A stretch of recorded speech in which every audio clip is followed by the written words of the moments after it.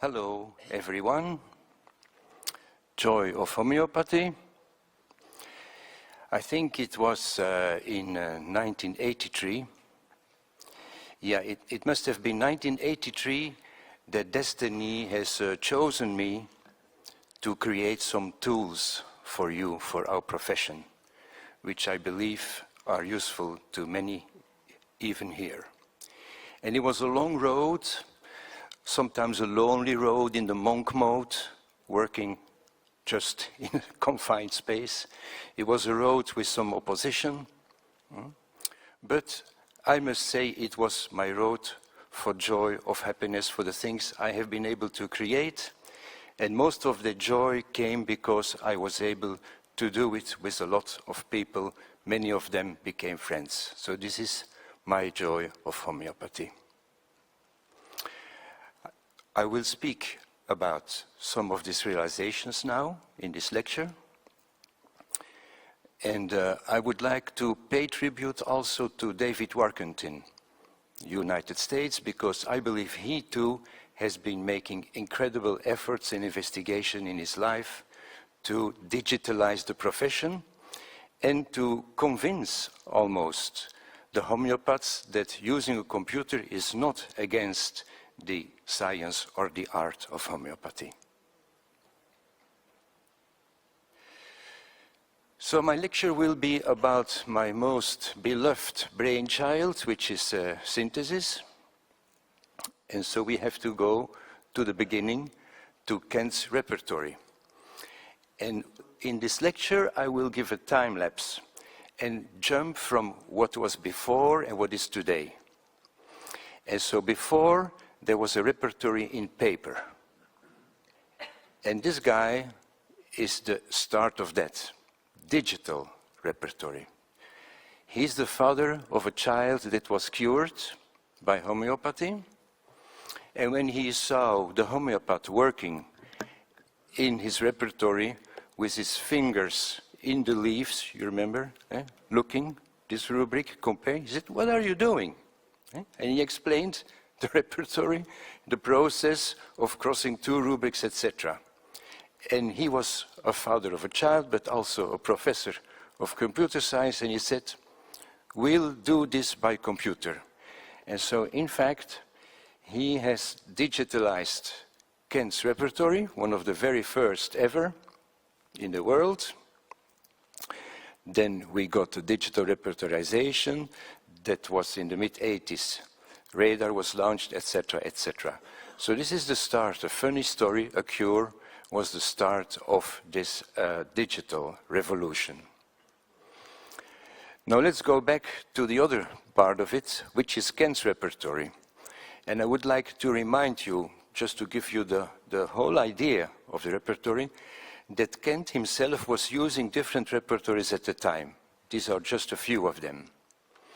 And towards the later years, he evolved into using Lippes repertory and interleaved it, which means he put white pages in between every 2 pages of his repertory, because he was collecting information from all over the place and writing it down, etc., until eventually, of course, in 1897, he released the first version of his repertory.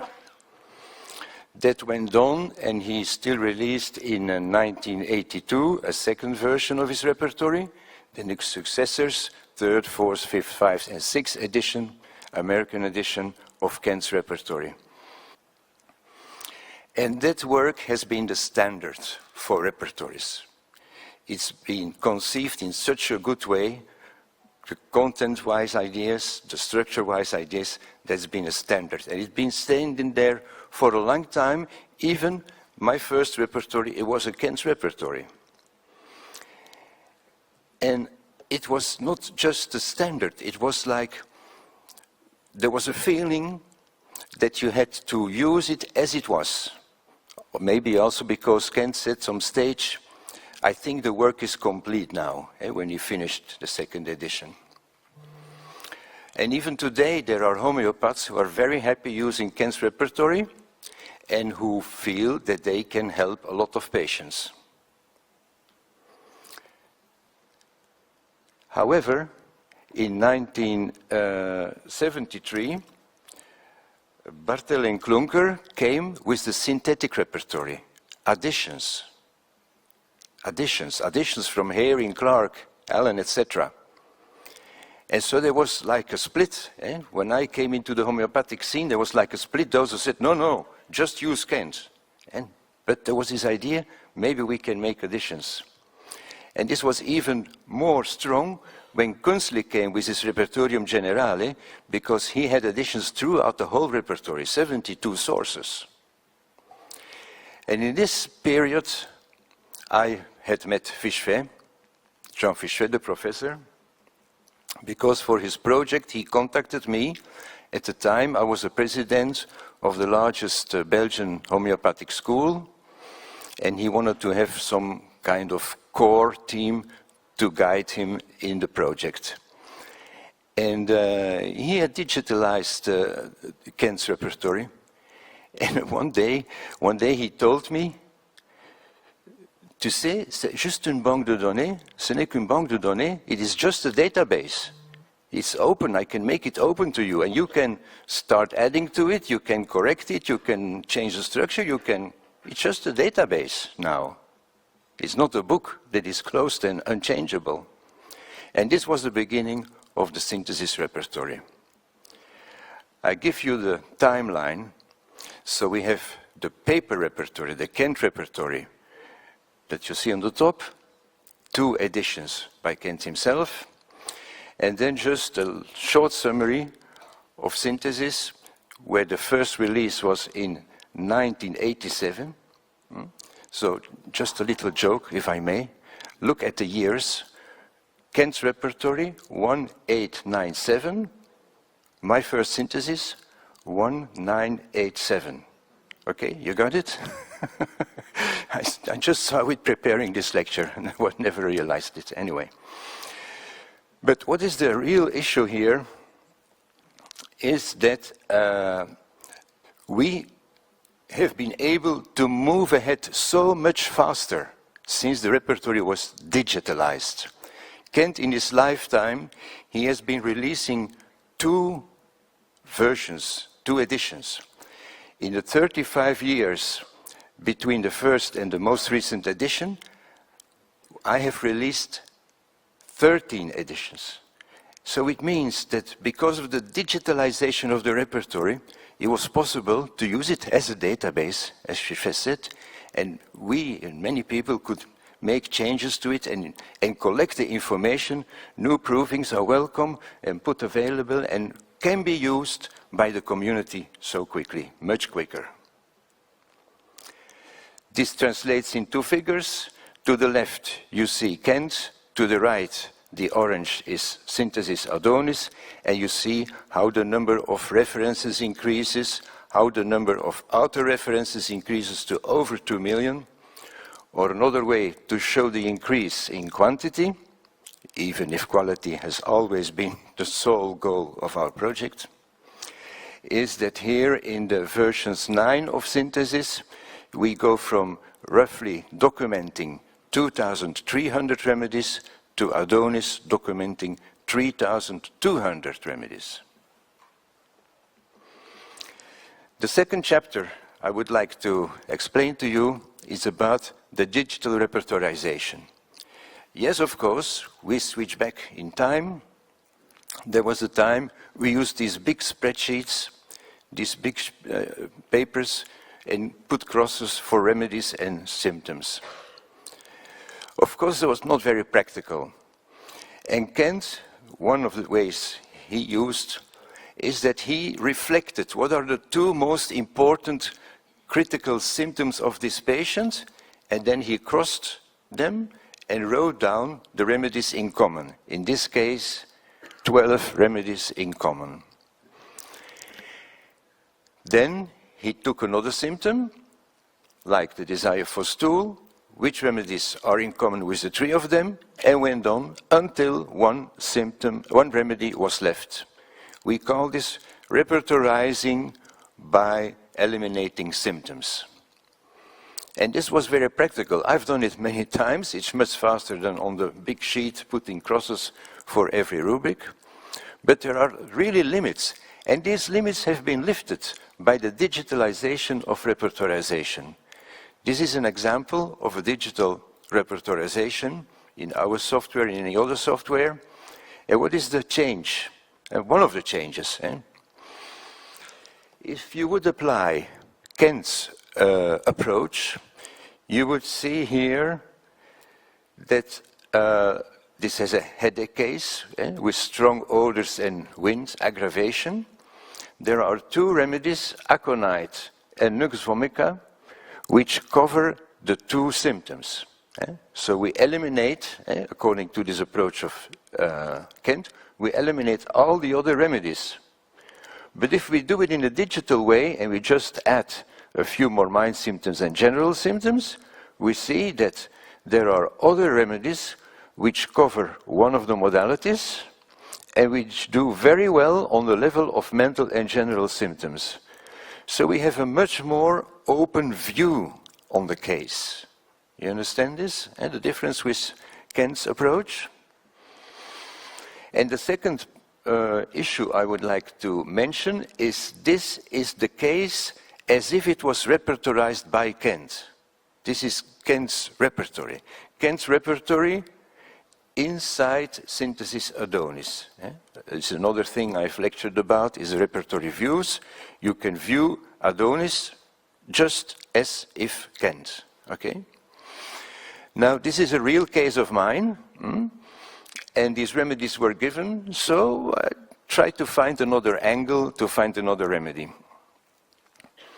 And the other angle may be that in synthesis we also included all the repertory information from the different repertories of Berger and Bönninghausen. Okay? It's a different approach. You are aware of this Kentian approach, Bönninghausen approach. And so you could change the view of synthesis to show only Berger-Bönninghausen information, and then, of course, you don't have the specific symptoms, 0 remedies, but you get a response because of mental and general symptoms. And the funny thing is that aurum, lycopodium, sepia are more or less the same remedies as presented in the Kentian analysis, the Kentian way. But my patients had got all this from other homeopaths and from myself. It's one of these cases where you don't find a remedy in 1, 2, 3. You see them 1, 2, 3 years. So we would like to expand a little bit and find out if another idea comes up when we expand the repertory view. And now, we go to the quantum view, which is conservative, so excluding the current modern provings and information from the literature, just conservative. And we still see the same remedies like lycopodium, arginate aurum, etc., but Lilium tigrinum appears. Lilium tigrinum, no avail. It was given. It was already given. From sepia to Lilium tigrinum we went. So we get into a despair until we are tempted to say, well, maybe we should use synthesis at full potential and consider all the symptoms and all the remedies of all the outer references. And then it just takes another second to switch from this quantum view to the full repertory view. You see, full repertory view, and up, ACOG, op, appears to cover 8 of the 9 symptoms. It's all in the first degree, because this is a new proving by my friend Steve Olson from Canada, United States, Thailand, wherever he stays. And it is, in fact, this remedy, Acocantera oblongifolia, that was given and that got the patient moving. Last section I would like to describe is about the descriptions of pain. And I will speak about it because personally I believe it's one of the major changes I made to the repertory. And it's also one of the things that probably only a few of you know about. To explain, it will be a little bit technical, repertory technical, so still homeopathic and not computer technical. But I need to remind you of the idea of the structure of the repertory. We have the different chapters, and then within the chapter, in every section, like eye pain, we have this vertical sequence of symptoms, which means you first have the sites, then the times, modalities, extensions, localizations, and descriptions of pain, and the smells, the Czechish word. On the horizontal level, we also have a rule, and that is that the description of pain within a symptom, horizontal, okay, is always on the third level. If this is not clear for you, here is the example. You have a headache, which is worse from cold air, but cutting. If cutting is part of the symptom, then cutting will be on level 3. Always the description of pain is on level 3. Now, why is this an issue? Well, because if cold air is the modality and is clear, standing out, and if a modality is usually more important than the description of pain, because the patient says, stitching, cramping, yeah, a bit all of it. But worse from cold air is the clear point, okay?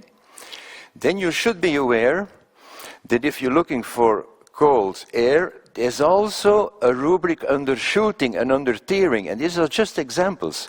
So these remedies, where the headache is worse from cold air, are hidden because they depend on the paper version a few pages further on in the book. So, which means, most often we don't use them. And in fact, even in the software, it's the same. So the idea came, and this was executed after Synthesis 9, the idea came to move the description to the end of the horizontal sequence of the symptom, as you see in the yellow, okay? And when we do this, we get this result. Not interesting, not fantastic, because the modality worse from cold air is written in different ways, even the C and the A. So we still get a very confused repertory as a result from restructuring it. So we could only restructure the repertory by, in addition, streamlining it. And streamlining, I mean like this, that all through it has become cold air aggravate, okay? But now we have one section, cold air aggravates, with all the remedies. And I will give you a little case, a very short case, to show how this is relevant. And this was a patient of mine who came with heart complaints, severe heart complaints.